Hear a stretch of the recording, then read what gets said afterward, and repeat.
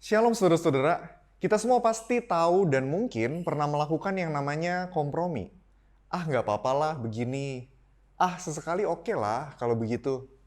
Nah saudara, kompromi ini terkadang kelihatan baik, tetapi tidak jarang kompromi ini sebenarnya melatar belakangi perilaku-perilaku yang kurang baik. Entah itu bisa jadi ketidakjujuran, ketidaksabaran, pengendalian diri yang buruk, ataupun yang lain. Saudara, dalam kehidupan iman, kompromi ini juga, apalagi ketika ini bertentangan dengan sifat-sifat Allah, ini juga bisa menyingkapkan sesuatu yang berbahaya.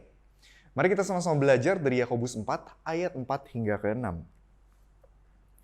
Hai kamu orang-orang yang tidak setia, tidakkah kamu tahu bahwa persahabatan dengan dunia adalah permusuhan dengan Allah? Jadi barang siapa hendak menjadi sahabat dunia ini, ia menjadikan dirinya musuh Allah. Janganlah kamu menyangka bahwa kitab suci tanpa alasan berkata, roh yang ditempatkan Allah di dalam diri kita diingininya dengan cemburu. Tetapi kasih karunia yang dianugerahkannya kepada kita lebih besar daripada itu. Karena itu ia katakan, Allah menentang orang yang congkak, tetapi mengasihani orang yang rendah hati.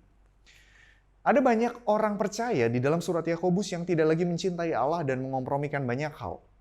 Makanya di awal dari bagian ini, ayat 4, Yakobus menyebut mereka sebagai orang-orang yang tidak setia. Saudara, di sepanjang Alkitab, relasi di antara umat dan Allah itu digambarkan seperti relasi di antara suami dan istri. Sehingga ketidaksetiaan itu menunjukkan bahwa orang percaya itu memilih untuk mengkhianati Allah, memilih untuk mencintai hal-hal di luar Allah, atau bersahabat dengan dunia, seperti yang dikatakan oleh Yakobus. Mereka bersahabat dengan dunia lewat bagaimana mereka mendiskriminasi orang lain. Seperti di pasal kedua, lalu bagaimana mereka mengatakan kata-kata yang tidak membangun, bagaimana mereka menyombongkan diri mereka dengan pengetahuan mereka seperti di pasal ketiga, atau lewat bagaimana mereka menginginkan sesuatu yang sebenarnya salah, seperti di pasal keempat. Nah saudara, hal ini yang akhirnya membuat Yakobus akhirnya bertindak seperti seorang nabi yang mencoba untuk membangunkan orang percaya. Orang percaya sudah banyak sekali mengompromikan hal dari dunia dan tanpa mereka sadari itu membawa mereka untuk menjauh dari Allah. Kompromi inilah yang berbahaya. Saudara-saudara, sebagai orang percaya kita pun sangat mungkin untuk mengompromikan banyak hal yang memalingkan wajah kita dari Allah.